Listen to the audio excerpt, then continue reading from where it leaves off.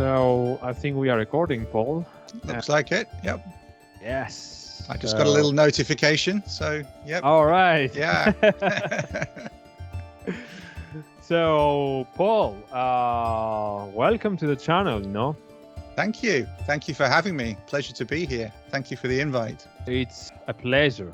If I'm being completely honest, I'm very new to the whole survivalism, wilderness, and all that stuff. It's something that it's in my heart for many years now, since I was a child, because I was always the child wandering around with my bike and, going to places that parents say that you shouldn't go.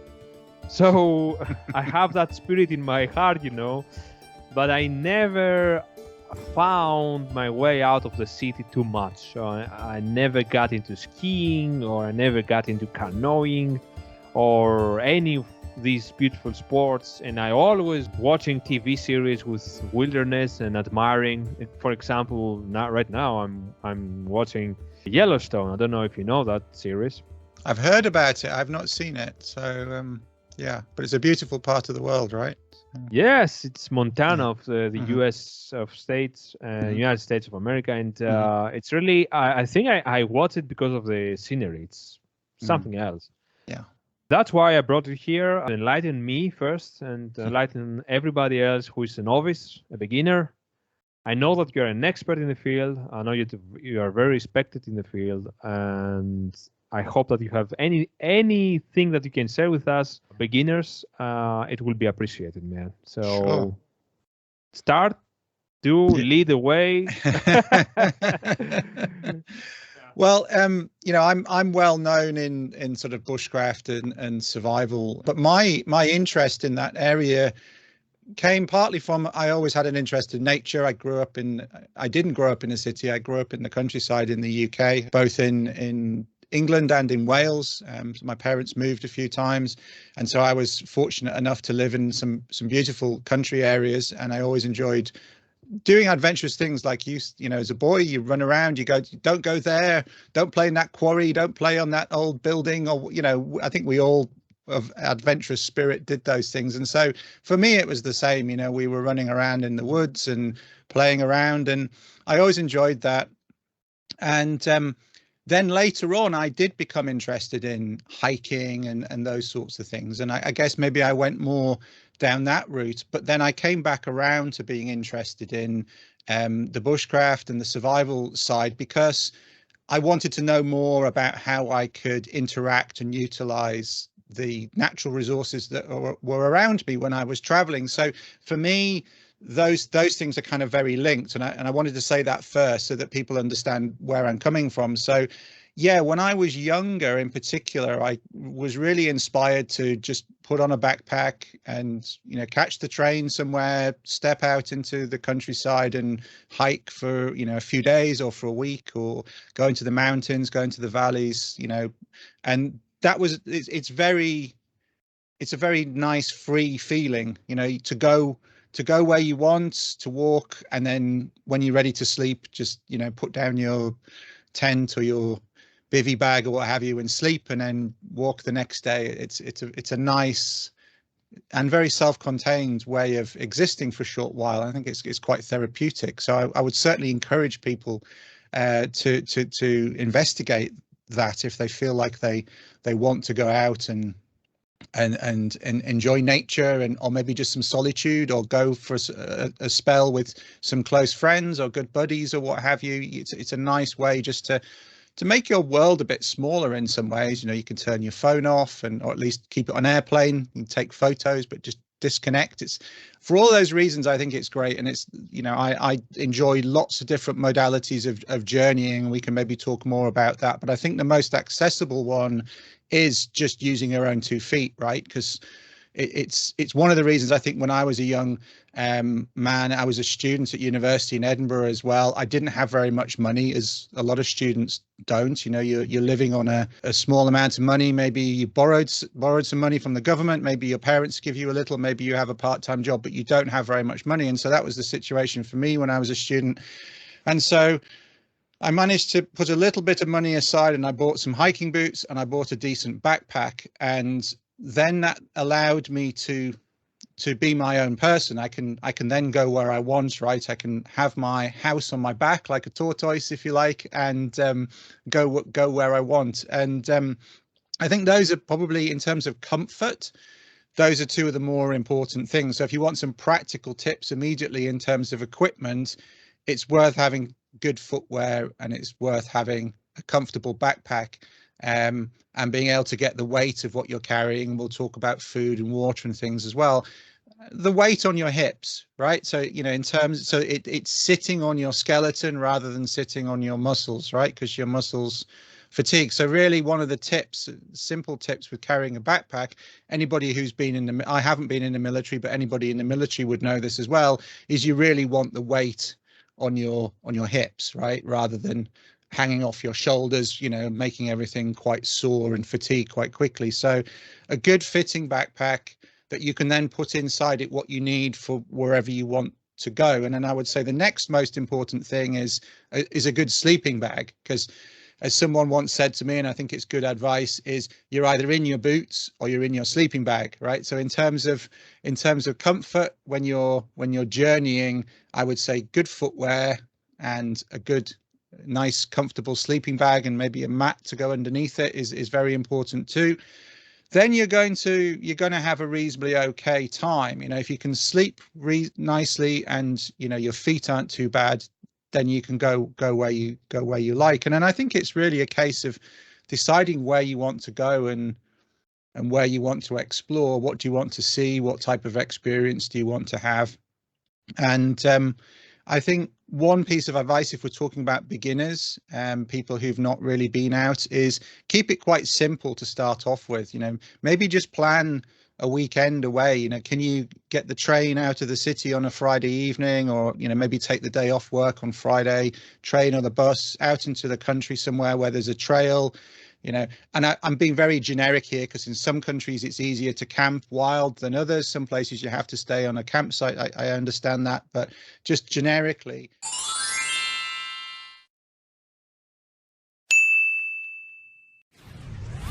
think about somewhere where you can easily get to for a weekend, maybe a long weekend, and just try out walking with your gear.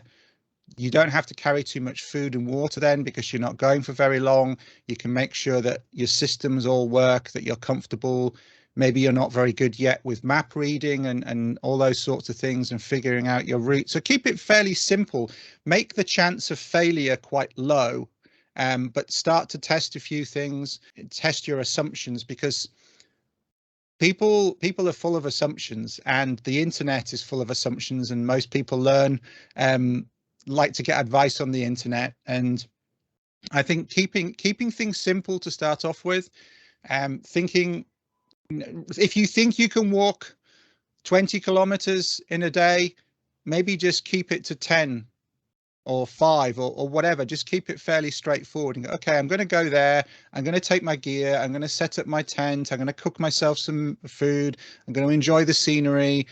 I'm going to sleep out in my equipment, see how it all goes. And if I have a terrible night, I'm only here for 1 or 2 nights, on this trip, and then I go home and then I can catch up on my sleep. And you can learn. Even before that, you can, if you want, you can go into the back. If you've got a backyard or a back garden or a balcony or a roof, go and try sleeping in your, you buy a sleeping bag from the store. Maybe go and try and sleep up there in your sleeping bag and your sleeping mat. Am I warm enough? Am I comfortable? What issues do I have? People always forget simple things with sleeping bags, like if it's a bit chilly at night, making sure that the cords are tightened up so that all the warm air doesn't come out. Because we don't do that at home, right? We put a blanket over or put a duvet over us, and we're just kind of loose under the covers, right? But when you're outside in a sleeping bag, that warm air kind of, maybe it's important for it to be trapped. Different times of the year, maybe you want the thing completely open, but people often forget to use that. So you can practice all those things at home, even in the house. I lay my sleeping mat out, sleep in my sleeping bag for a night. Am I going to be comfortable? Maybe do it on the roof in the backyard or what have you, as I say. And then when you go on your trip, you're already starting to be familiar. I think going out with a backpack and some basic camping equipment, you can buy a tent, Not very much money. Okay, it won't necessarily be the best quality tent in the world, but you see people going to music festivals, they buy a cheap tent, they survive in them for a weekend, right? Even if it rains. So you can buy an inexpensive tent. I would still buy a reasonably good sleeping bag, a sleeping mat, because they will last you, right? And then some decent boots, and then you can go. The next thing I would say, depending on where you are, but in many places, is probably a decent waterproof jacket, because people worry about all sorts of crazy things when they're maybe going to go out to the woods or the mountains or the hills or the bush or whatever you want to call it. They worry about animals and all sorts of things, but the thing that will cause you problems is being cold and wet. And I know certain parts of the world are nice and warm and sunny in at certain times of the year, particularly where you are in the summer. It's nice and warm, it's great.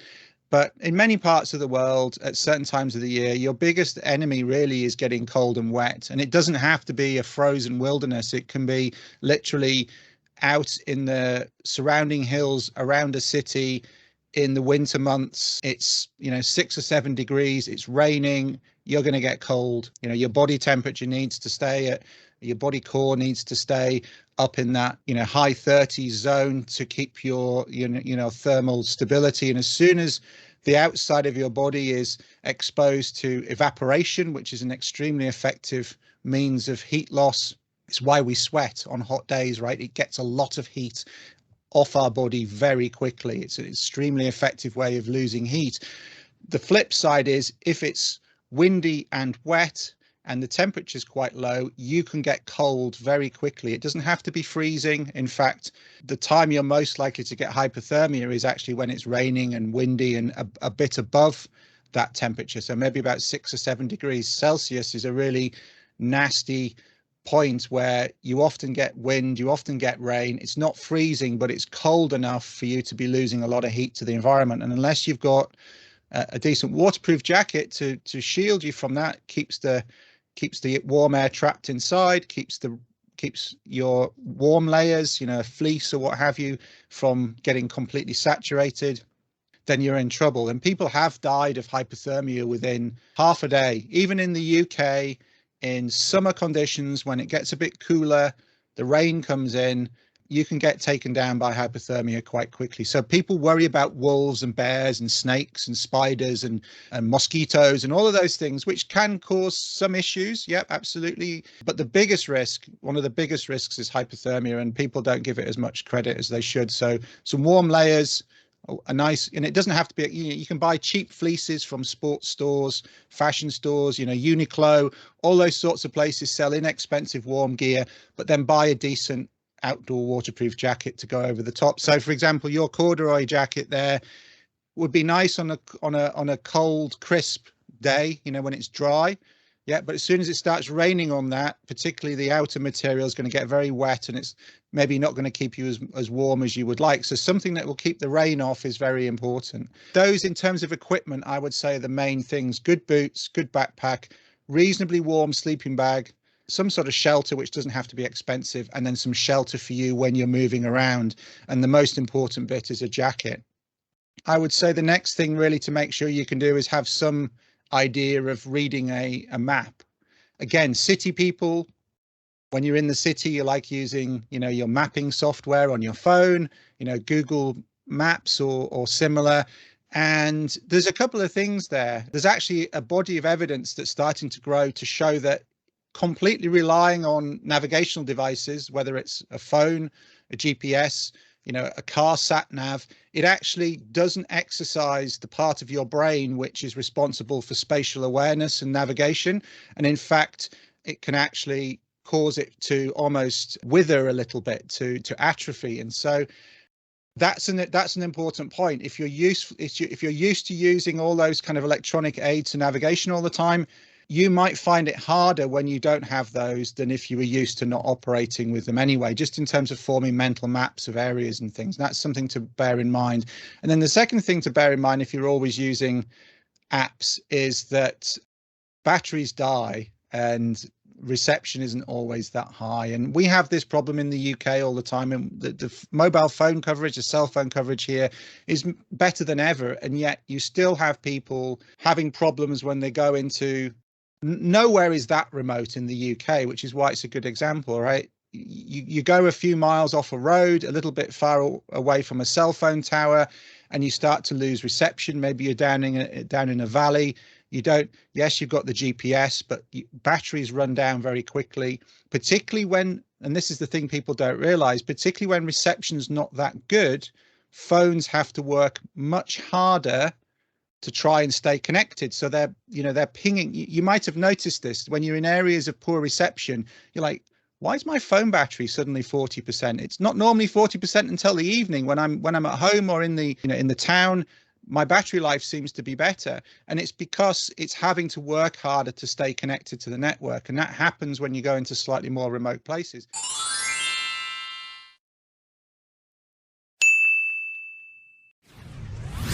Then, of course, if the temperature's lower as well, your battery is a chemical reaction. Your battery in your phone is effectively a chemical reaction which creates an electric charge.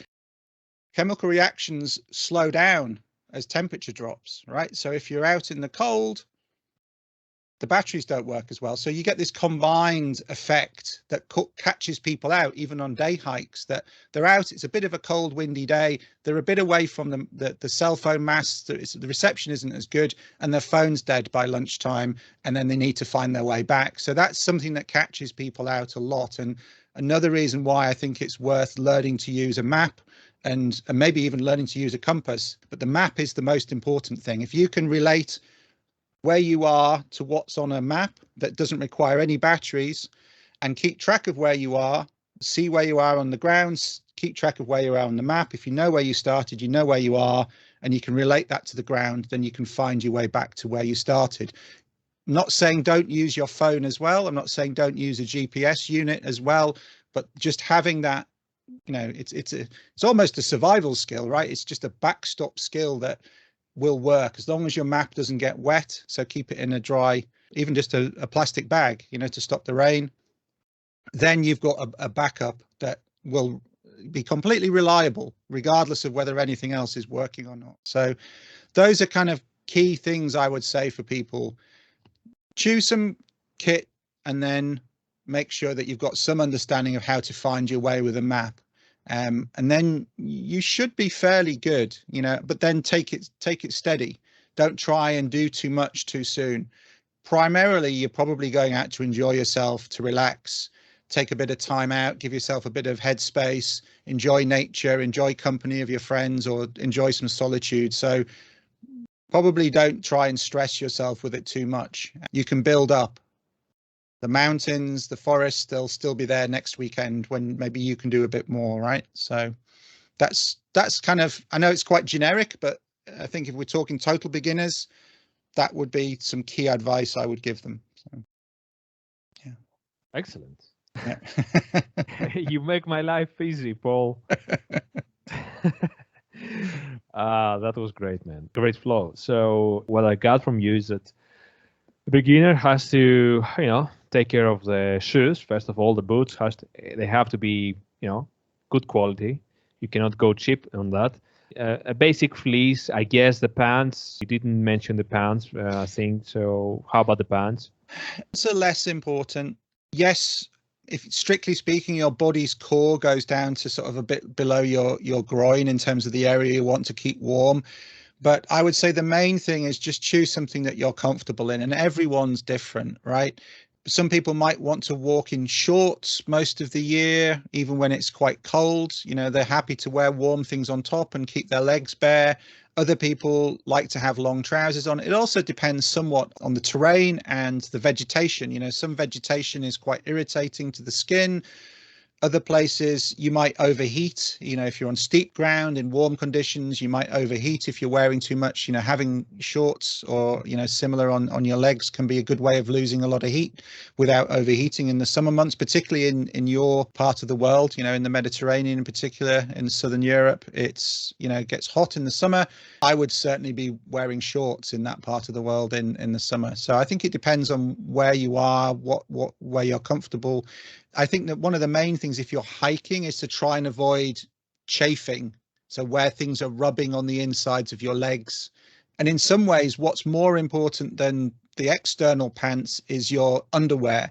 You want underwear that's comfortable for you. And then again, everyone's a bit different, but you don't want things rubbing and chafing and causing, sores and those sorts of things. So, and that could be down to parts of your body rubbing on other parts of your body, but it could also be, the seams, like some relatively inexpensive underwear, the seams, the way they're sewn, if you walk in them all day, they start to rub and cause sore patches on your skin. So little things like that make a difference as well. But again, you can, walking around town, you've probably got some sense of these are a bit uncomfortable or these are really comfy pants, right? So you can test those things out a bit closer to home. Same with socks. I mean, again, people are really variable with socks. Some people like really thick socks, some people like thin socks. My personal preference for hiking is a medium thickness sock, and then to wear a very thin inner sock that's a mixture of a synthetic material and a merino wool.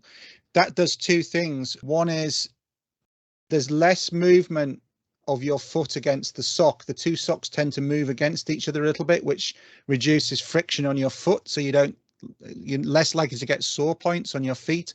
The other thing is, how it's a bit unsavory, but if you're hiking all day, you get like a crustiness on the inside of your sock. You kind of get bits of skin coming off, and then there's the sweat and the bacteria. And like if you've got a thick sock, the inside of that, if you're just wearing it next to your foot, gets a bit dirty after a day or two. So you're going to need to take more of the thick socks. Whereas if you wear a thin sock next to your foot, you can take changes of the thin sock and just keep the same pair of same thick sock, and then you can even wash those thin socks, turn them inside out, wash them, and they'll dry quite quickly as well. So that's my personal preference, particularly for hiking, but other people have different preferences, right? Everyone's feet are different. So I would say experiment, particularly at the beginning. Try different things, see what works for you. Another reason to not go too far too soon, because then if you have problems with things, if you have pain or soreness or things don't work for you, then at least you're not committed to being out for a week or having to hike 20 kilometers before you get back to the train station or what have you. So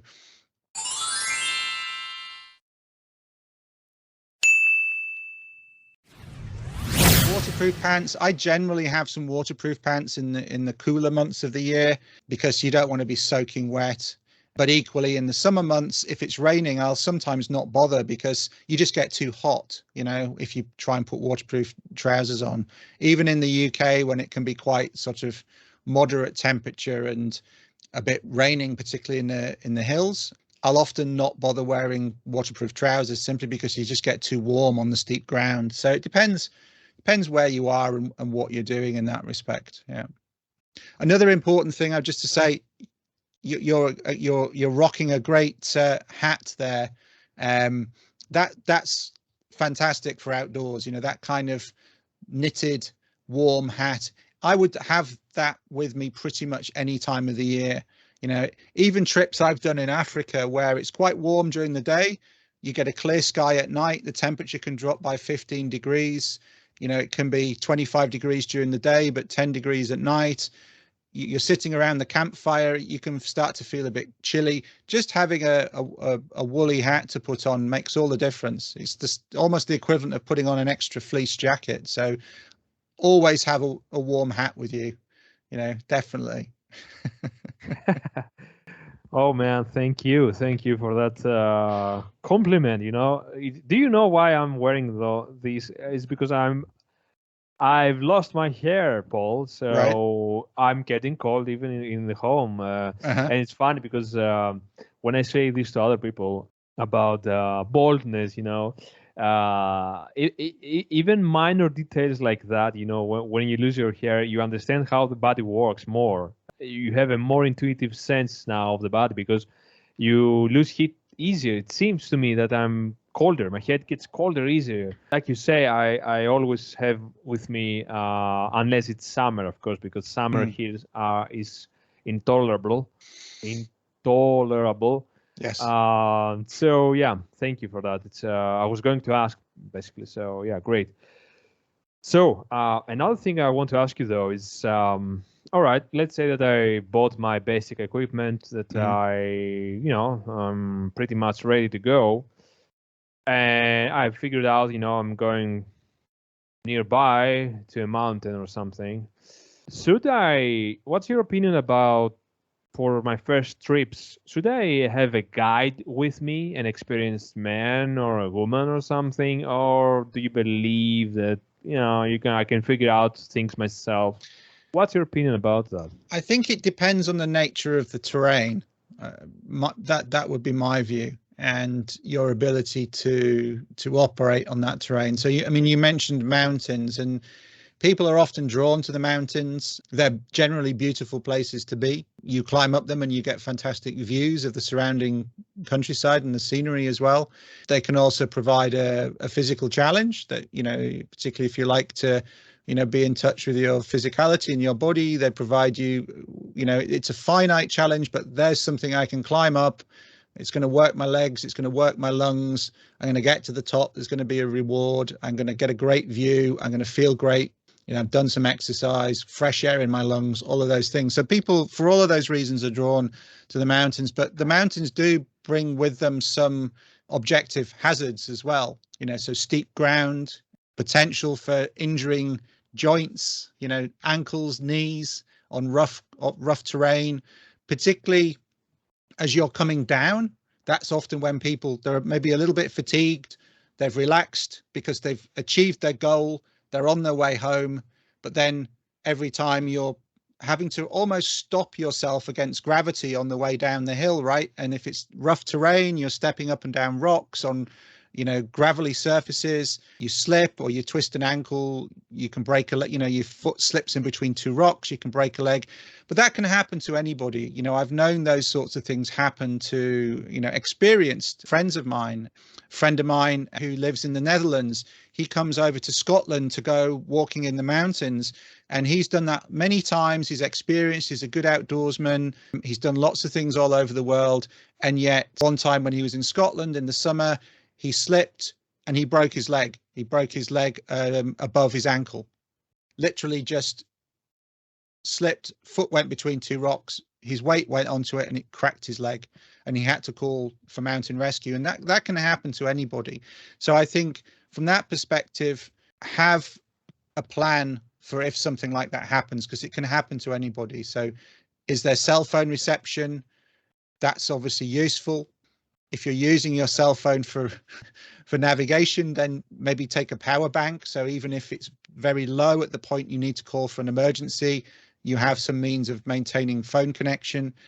Let somebody know where you're going. I would say that's probably one of the best pieces of survival advice I could give anybody, is if you're going somewhere that's a little bit more remote than where you're normally going, if it might not have a lot of people there, even if you're going with friends, let someone back home know where you're going and when you're due back. And then if there's a problem and you're not back, they can call the emergency services, they can call the police or the search and rescue people, or whatever the protocol is in your country, or and it varies from place to place.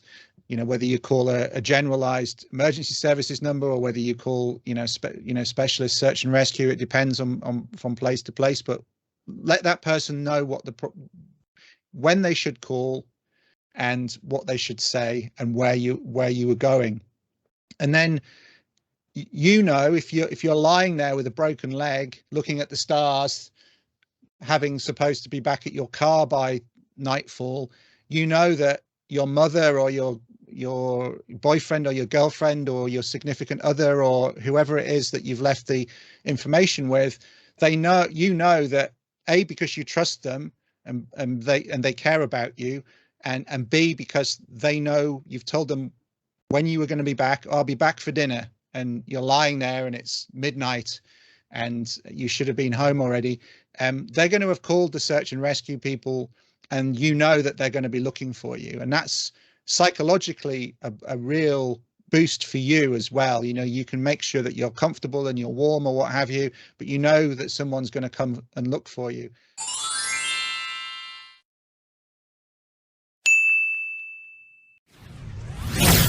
have you ever seen the movie? What's the movie called? It's based on a book by Joe Simpson. About a dude that went alone in Alaska or something. No, not that one. Not that one. Not. About another guy that went in, I don't know, and he had to cut his hands. That's Aaron Ralston in Arizona. No, but that's another. That's a good example actually of what we're talking about. Yeah, because he didn't tell anybody where he was going, right? And then he had to make his own way out there, right? He was stuck there for a very long time, and he ended up having to cut his own arm off below the elbow, right? So, yeah, that's not a good situation to be in. There is an argument amongst experienced people that part of the thrill of the adventure is that you are completely reliant upon your own skills, expertise, experience, and that's a heightened level of awareness that it brings, a heightened level of connection, and even a heightened level of mindfulness in terms of making sure that you're doing everything possible. But equally, you have to understand that it comes with a risk. And I think that's a valid discussion for people that are really very experienced, but I don't think it's a valid place for people who are inexperienced, because you're more likely to make mistakes when you're inexperienced. That's the fact of the matter. And to go back to your original question, I think there are some terrains where you would want to have a guide because you're not familiar with it. And that applies equally to me. If I might be very experienced in my local environment, I might be experienced in some other places that I travel to every year that I go back to. But then if I go to another part of the world and it isn't within my realm of experience, even though it might overlap with it a little bit, I might want to then take a local guide to show me, because there are specific hazards to that terrain. So for me, for example, traveling somewhere where there's lots of crevasses on a glacier, for example, that's not something I have a lot of experience of personally.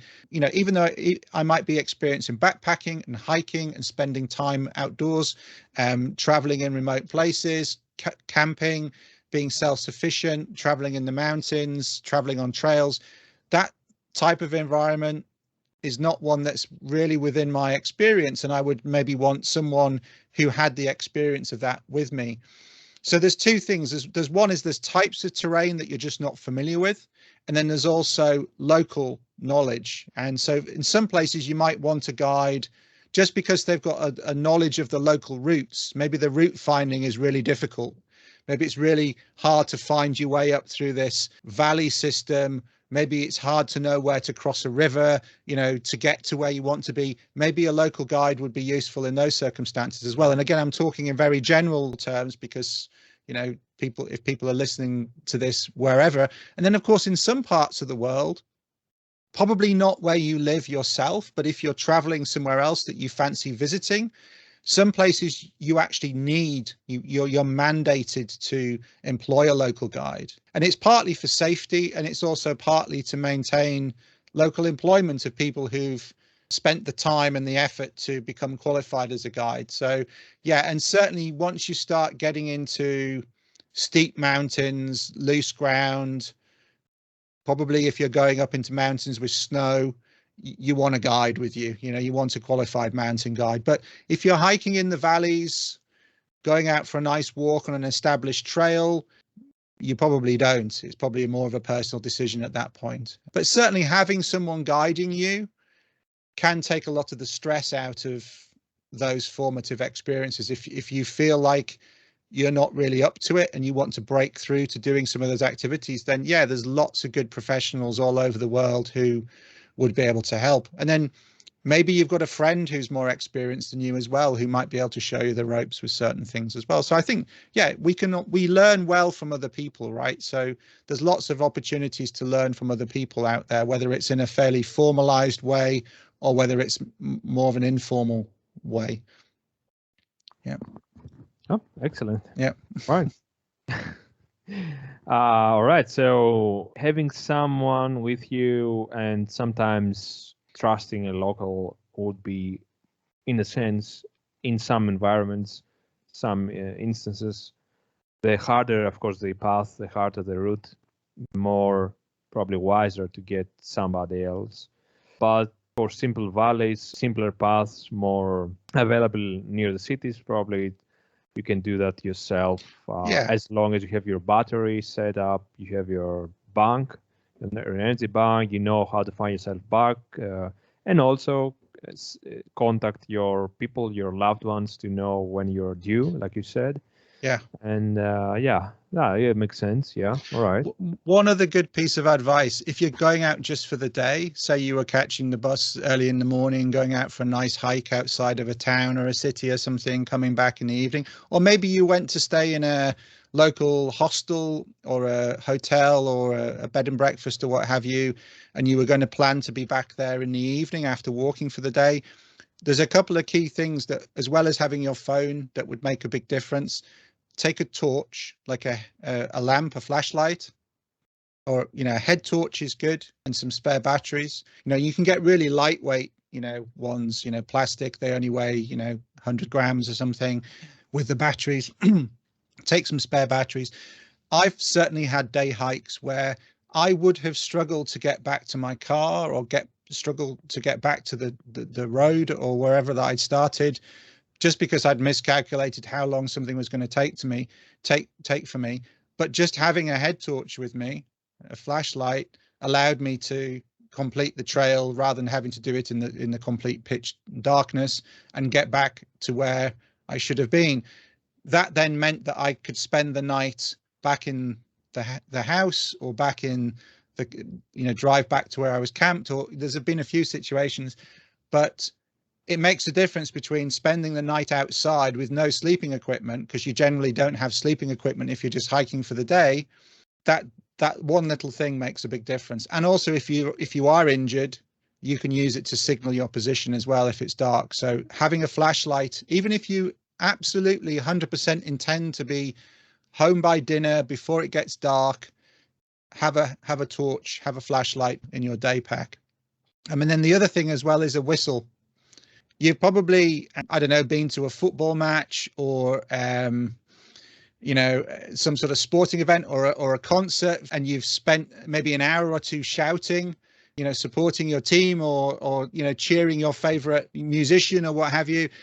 It's tiring, right? It's hard work. Yeah, it's hard. It's stressful on the vocal cords and your lungs. It requires a lot of energy. If you're lost or injured and people are looking for you, or you're trying to attract attention to yourself, shouting is tiring. And having a whistle allows you to use much less energy, and you can probably penetrate further with that sound than you can by shouting. So yeah, have a whistle, have a torch, as well as your phone. Old school, simple technologies, but they make a big difference to your outdoor safety. So yeah, particularly if you're going out on your own, or just you and a partner, for example, and you're relatively inexperienced, you definitely have those things with you. And they're inexpensive. They don't cost a lot of money, and they're useful to you anyway. Useful to have a head torch regardless. Yeah.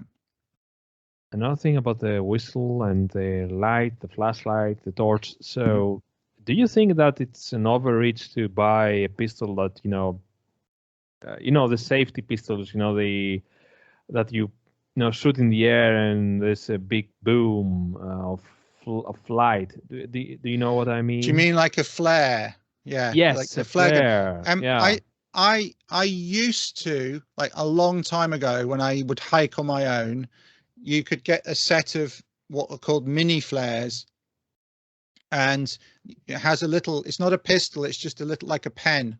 It's not much bigger than something like this. It's a bit thicker, and you screw one of the flares on it, and you flick, and it's like a firing pin on a pistol. It hits the bottom and the flare goes off, and it burns for about 8 seconds. And there were 8 in that pack. And I used to take one of those backpacking, but that is pre-mobile phone. That's pre-cellular phones. This was back in the sort of early 1990s when I was on my own, because I had no other way of letting anybody know my position.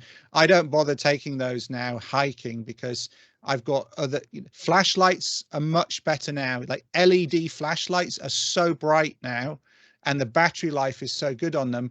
back when I was hiking in the early 90s, when I carry those flares, I had a flashlight. What make was it? It was the old, I can't remember, but it was an actual bulb, like a old school bulb in there. It wasn't an LED, a little mag light, a mini mag light it was. That was my torch that I had, and it wasn't very bright, and the batteries didn't last very long. So in terms of letting people know where I was, I didn't have what we have now. You've got super bright LED torches where the battery life is good. You can put things on strobe. If you've got a head torch, most of them have got a strobe setting where they flash, and they'll carry on doing that for quite some time. So I think the need to carry a flare now is less.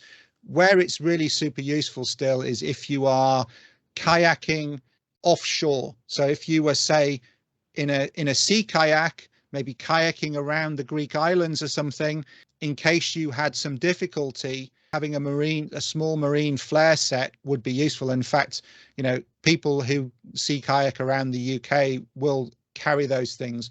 But then you've also got the ability to carry those personal locator beacons now as well, which connect to a satellite and let people know your whereabouts. And again, they're used more in marine situations, and in fact you can get them that are attached to you so that if you're submerged in the water, they'll go off automatically. But those are ones that are typically carried by people who are on boats, on yachts, and if they fall off, if they go overboard and they're unconscious, it will send a signal straight away. Many of them you can trip manually as well, and you can buy land-based personal locator beacons now as well. And the use of those, the legality of the use of those varies from one place to another, but more and more countries have a system now where you can register, you can buy a beacon. There may be a couple of €100. You can buy a beacon and you register it, and they know who it is when it goes off, and it will send your location when you set it off. The downside of those, of course, is that if you set it off when you don't really need to, the search and rescue authorities are not generally very happy with you because you've wasted resources. So I don't think it removes the need to, say, maybe take a phone with you, because if you've got a problem, you can phone somebody up and tell them what your problem is, right? Whereas if you've just got a red button to press that says emergency, bring Thunderbirds, nobody really knows what the situation is or how serious it is or what have you. So I think they have their place. The other problem with flares, particularly in your part of the world, particularly in the summer, is you risk setting fire to the bush as well. So that's the other issue with sort of incendiary devices, is that you can actually cause more of a problem than you start with. So yeah. Wow, my head is blown.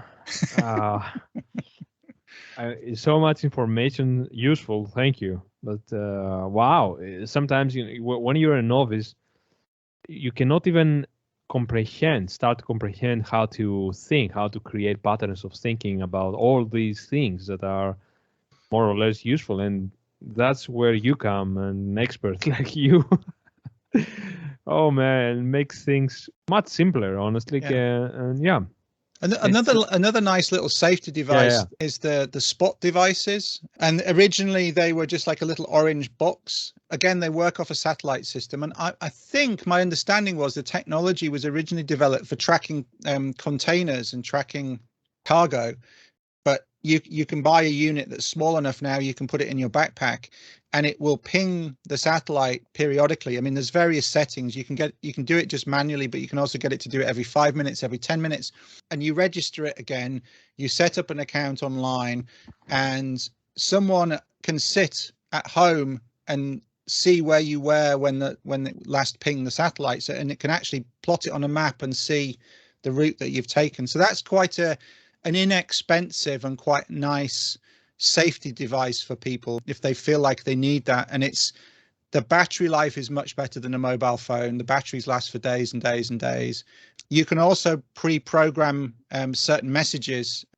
So I have one when I'm traveling on my own in really remote places. So for example, a 2-week canoe trip that I did in Canada a few years ago, when I was completely on my own, every evening I would press the button that sent a message that I'd pre-programmed that said, I'm okay, and this is where I'm camping, because it also attaches the location information to that message. And that I could preset that when I pressed that button, that it would send an SMS message to my partner Amanda, and you can have that sent to multiple people as well. So it's just a way of letting, if you're going out for longer, is letting people know that you're okay. And again, a bit like letting someone know where you're going.